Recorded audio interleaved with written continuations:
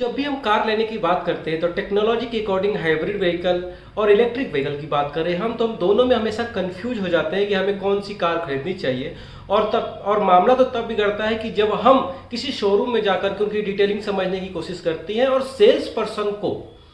अपने हिसाब से समझाने की वजह से हम कंफ्यूज हो जाते हैं कि हमें कौन सा लेना चाहिए और कौन सा नहीं लेना चाहिए, और फिर उसी के कहने के अकॉर्डिंगली हम कोई ना कोई कार खरीद लेते हैं। कुछ टाइम के बाद ये ऐसा रियलाइजेशन होता है कि हमें शायद ये कार ना खरीद करके हमें ये कार खरीदनी चाहिए थी। तो दोस्तों,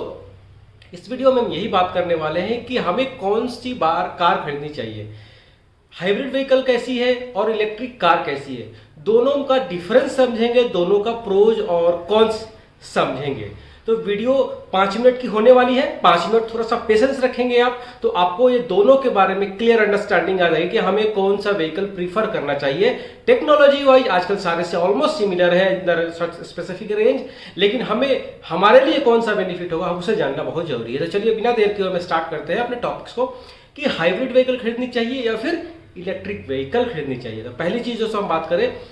कि हाइब्रिड व्हीकल, पहले ये समझ लो दो तरीके के होते हैं, एक प्लग इन हाइब्रिड व्हीकल होता है, फुल हाइब्रिड व्हीकल होता है। प्लग इन हाइब्रिड व्हीकल में क्या होता है, आपको हाइब्रिड व्हीकल का कॉम्बिनेशन यानी दो पावर सोर्स होते हैं उसके, एक इंजन होता है आपका कंबसन जो ट्रेडिशनल इंजन होते हैं वो पावर सोर्स होता है, दूसरा पावर सोर्स जो इसमें होता है वो बैटरी होता है आपका, यानी बैटरी के थ्रू भी आप गाड़ी को रन कर सकते हैं, कार को रन कर सकते हैं, और इंजन के थ्रू भी आप कार को रन कर सकते हैं। लेकिन वही अगर प्योर इलेक्ट्रिक व्हीकल की बात करें दोस्तों, तो इलेक्ट्रिक व्हीकल में सिर्फ आपका पावर सोर्स बैटरी होता है और उसी के हेल्प से आप बैटरी को रन कर सकते हैं। ये डिफिनेशन है, सिंपल सा डिफिनेशन हाइब्रिड व्हीकल का और इलेक्ट्रिक व्हीकल का। अब बात करेंगे दोस्तों,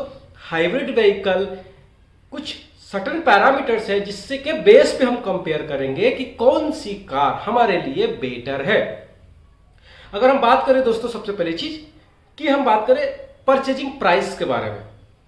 क्योंकि कॉस्ट हम सबके लिए बहुत इंपॉर्टेंट होता है। जब हम कार खरीदने जाते हैं या कोई भी चीज जब खरीदने जाते हैं तो हमारे लिए बजट सबसे इंपॉर्टेंट होता है और उस बजट के अकॉर्डिंगली हम फिर मूव करना चाहते हैं। तो दोस्तों, पहले अगर हम बात करें तो पहले के कंपैरेटिवली और आज की कंपैरिजन की जाए तो इलेक्ट्रिक व्हीकल और हाइब्रिड व्हीकल स्लाइटली कॉस्ट तो इनका ज़्यादा है as compare to traditional IC engine की कार की कंपैरिजन में। लेकिन आजकल बहुत सारे ऐसे ऑप्शंस आ गए हैं जिसमें कॉस्ट दोनों का ऑलमोस्ट कहीं ना कहीं बराबर आपको देखने को मिलेगा, लेकिन कहीं ना कहीं आपको कभी कभी आपको हाइब्रिड व्हीकल की कॉस्ट देखने को ज़्यादा मिलेगी, कहीं कहीं आपको इलेक्ट्रिक व्हीकल को कॉस्ट देखने को ज़्यादा मिलेगी। अब ऐसे केस में दोस्तों, सरकार के तरफ से इलेक्ट्रिक व्हीकल को प्रोक्योर करने के लिए, खरीदने के लिए एक सडन अमाउंट का सब्सिडी भी प्रोवाइड की जाती है। तो अगर सेम पैरामीटर्स पर अगर कार खरीदना चाहते हैं तो इलेक्ट्रिक व्हीकल आपको सरकार की तरफ से आपको इलेक्ट्रिक व्हीकल खरीदने के लिए आपको सब्सिडी प्रोवाइड करती है। तो परचेजिंग प्राइस ऑलमोस्ट दोनों का दोस्तों आज के डेट में लगभग सेम होता है। अगर आप सेम पैरामीटर्स पे जाएंगे तो कुछ चीज़ों को लेकर के डिफरेंसेस है, लेकिन अगर हम 4 साल पहले की बात करें, 5 साल पहले की बात करें तो यस ऑब्वियसली इलेक्ट्रिक व्हीकल की कॉस्ट काफ़ी ज़्यादा हुआ करती थी, लेकिन अब कंपेरेटिवली अब काफ़ी कॉस्ट कंट्रोल में आए हैं और ऊपर से सरकार ने सपोर्ट देना भी चालू किया है। दूसरा, अगर हम बात करें रेंज की बात करें दोस्तों, यहाँ पे समझना होगा रेंज यानी कितनी लंबी गाड़ी आपकी चल सकती है। तो दोस्तों, जैसा कि मैं बात कर रहा हूँ पहले हाइब्रिड इलेक्ट्रिक व्हीकल के बारे में। हाइब्रिड व्हीकल जो है आपका इनिशियली आपकी बैटरी पावर सोर्स से चलती है और जैसे ही आपकी बैटरी खत्म होने को होती है ऑटोमेटिकली ये आईसी इंजन के ऊपर मूव कर जाती है। यानी यहाँ पे आप जब लॉन्ग ड्राइव के पर्पज से सोच रहे हो, लॉन्ग रेंज की पर्पज से, आपकी यूटिलिटी अगर गाड़ी की लॉन्ग रेंज के पर्पज से है तो आप हाइब्रिड व्हीकल को कंसीडर कर सकते हो, क्योंकि वहां पे आपकी डिपेंडेबिलिटी सिर्फ इलेक्ट्रिक सोर्स पे नहीं है, आपकी डिपेंडेबिलिटी फ्यूल पे भी है, यानी आप फ्यूल्स का भी यूज कर रहे हैं और इलेक्ट्रिक व्हीकल और बैटरी का भी यूज कर रहे हैं। लेकिन अगर वहीं हम बात करें इलेक्ट्रिक कार्स के केस में तो इलेक्ट्रिक कार्स में आपको एक स्पेसिफिक रेंज तक ही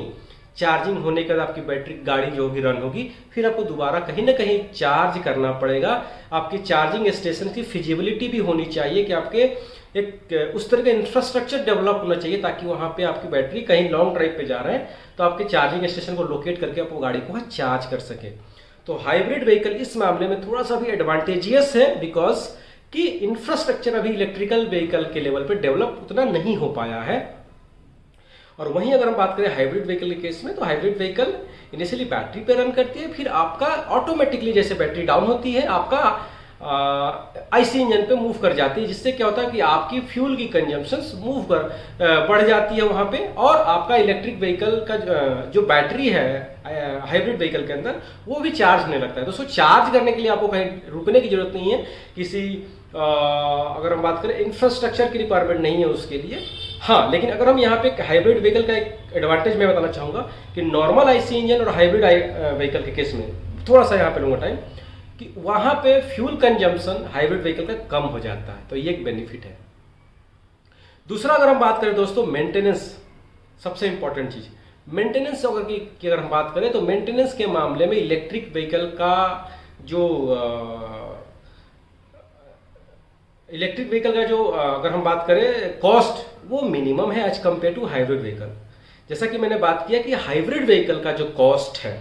हाइब्रिड व्हीकल की जो पार्ट्स है वो very similar like a conventional IC engine, उसमें आईसी इंजन हैं, उसमें आपके अलग से बैटरी भी आ रही है इलेक्ट्रिक पावर सोर्स के लिए। सो वहाँ पे आपके मोर मूविंग पार्ट्स है, और मोर मूविंग पार्ट्स होने की वजह से आपकी मेंटेनेंस कॉस्ट ऑटोमेटिकली बढ़ जाती है as compare to electric vehicle. Electric vehicle में इतने मूविंग पार्ट्स नहीं होते, जिसकी वजह से उसकी मेंटेनेंस कॉस्ट कम होती है। आपको इलेक्ट्रिकल कार में आपको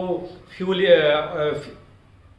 इंजन ऑयल चेंज करने की ज़रूरत नहीं है, आपको फिल्टर चेंज करने की ज़रूरत नहीं है। लेकिन वहीं पे अगर हम बात करें हाइब्रिड व्हीकल में, तो आपको इंजन के लिए इंजन ऑयल चेंज करनी है, फिल्टर चेंज के लिए देयर आर मल्टीपल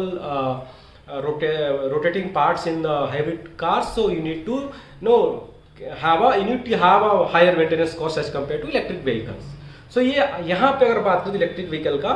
ऊपर पोजीशंस आते हैं। इसके बाद अगर हम दोस्तों बात करें एक्सपीरियंसेस, यानी ड्राइविंग एक्सपीरियंसेस की बात करें अगर हम, तो ड्राइविंग एक्सपीरियंस कैसा हो सकता है। ड्राइविंग एक्सपीरियंस इलेक्ट्रिकल व्हीकल के केस में और हाइब्रिड व्हीकल के केस में शॉर्ट टर्म के लिए, अगर डे ट्रिप अगर ऑफिस के लिए जा रहे हैं आप, या फिर एक आपका फिक्स्ड रूटीन है आने जाने का किसी पर्टिकुलर लोकेशन पे, तो इलेक्ट्रिक व्हीकल और हाइब्रिड व्हीकल का ड्राइविंग एक्सपीरियंस ऑलमोस्ट सेम होगा, क्योंकि इस कंडीशन में आपकी जो कार जो चलती है वो इलेक्ट्रिक पावर सोर्स पे चलती है, तो ऑलमोस्ट आपका जो एक्सपीरियंस होगा ड्राइविंग एक्सपीरियंस सेम होगा। लेकिन अगर जब वहीं हम बात करें जब लॉन्ग ड्राइव पे जाना होता है, तो लॉन्ग ड्राइव के केस में आपको जो हाइब्रिड व्हीकल है वो आपको ऑटोमेटिकली जब बैटरी डाउन होगी तो वो आईसी इंजन पे मूव कर जाएगा पावर सोर्स के लिए, और वहां पे जो आपकी फीलिंग होगी वो आईसी इंजन वाली फीलिंग होगी। लेकिन इलेक्ट्रिक व्हीकल के केस में आपको फीलिंग सिमिलर होगी जैसा कि आप डेली फील करते होंगे। तो यस, ड्राइविंग एक्सपीरियंस बहुत स्मूथर होता है, क्योंकि आपको गियर चेंज करने की जरूरत नहीं है ना। तो there are multiple things that you don't need to do. So ऐसे केस में आपका इलेक्ट्रिक व्हीकल का जो ड्राइविंग एक्सपीरियंस है इट माइट भी अच्छा हो सकता है because of smooth experience, smooth driving experience. अब बात करते हैं दोस्तों सबसे इंपॉर्टेंट चीज जिसकी वजह से इलेक्ट्रिक व्हीकल हमारे मार्केट में आई, जो इन्वायरमेंटल इम्पैक्ट्स। यस, अगर हम हाइब्रिड व्हीकल की केस में बात करें तो कहीं ना कहीं हम आईसी इंजन का तो यूज कर रहे हैं, हालांकि फ्यूल कंजम्पशन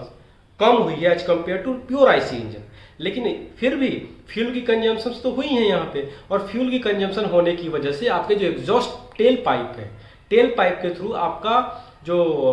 गैसेस निकल रही हैं, CO2 निकल रही हैं, है ना, वहाँ पे उसकी वजह से जो पॉल्यूशंस हो रहे हैं इन्वायरमेंटल को, वो तो कंटिन्यू है। लेकिन कंसिडरिंग इलेक्ट्रिक व्हीकल की अगर हम बात करें तो वहाँ पे आपको किसी भी तरीका कोई एग्जॉस्ट से, टेल पाइप से किसी भी तरीका कोई पॉल्यूशन एग्जॉस्ट नहीं हो रहा। सो यहाँ पर भी अगर हम बात करें तो इलेक्ट्रिकल कार की जो अगर हम पोजीशन की बात करें तो यहाँ पे वो आकर स्टे कर रही है। तो this is the how you need to explore the when you go to buy the electric vehicles as और hybrid vehicles। दोस्तों ये कुछ कंपैरिजन थे जिसके थ्रू मैं आपको समझाने की कोशिश कर रहा था कि यस, हाइब्रिड व्हीकल अच्छा है, लेकिन जो इन्वायरमेंटल इम्पैक्ट्स हैं, फ्यूल का कंजम्पशन है, नेचुरल रिसोर्सेज है, वो कहीं ना कहीं खत्म होने के हो, तो हमें कहीं ना कहीं मूव करने की जरूरत है इलेक्ट्रिक कार्स के ऊपर। However we need to understand कि अभी हमारे इंफ्रास्ट्रक्चर उस लेवल पे डेवलप नहीं हुई है, क्योंकि इलेक्ट्रिक व्हीकल को चार्ज करने के लिए चार्जिंग स्टेशन की रिक्वायरमेंट होगी और आपको रुकना पड़ेगा कहीं ना कहीं। हालांकि कई फास्ट चार्जिंग स्टेशन है, still you need to stop the car and you need to recharge your battery. तो इस तरह का जब तक इंफ्रास्ट्रक्चर डेवलप नहीं हो जाता है, अगले 4-5 सालों 10 सालों में इलेक्ट्रिक व्हीकल की डिमांड काफ़ी ज़्यादा होने वाली है और इसका इंफ्रास्ट्रक्चर बड़े लेवल पे डेवलप होने वाला ही है कि कोई ऑप्शन नहीं बचा होगा। लेकिन for now if anyone wish two by hybrid vehicles they can also procure because of long drive के केस में अगर हम बात करें तो इसका एडवांटेजेस है। लेकिन मोर और लेस अगर हम बात करें, yes electric vehicle is much much better than IC engine and hybrid vehicles considering the impact on environment. दोस्तों वीडियो कैसा लगा आप जरूर बताइएगा, और वीडियो अगर अच्छा लगा हो दोस्तों तो वीडियो को लाइक जरूर कीजिएगा।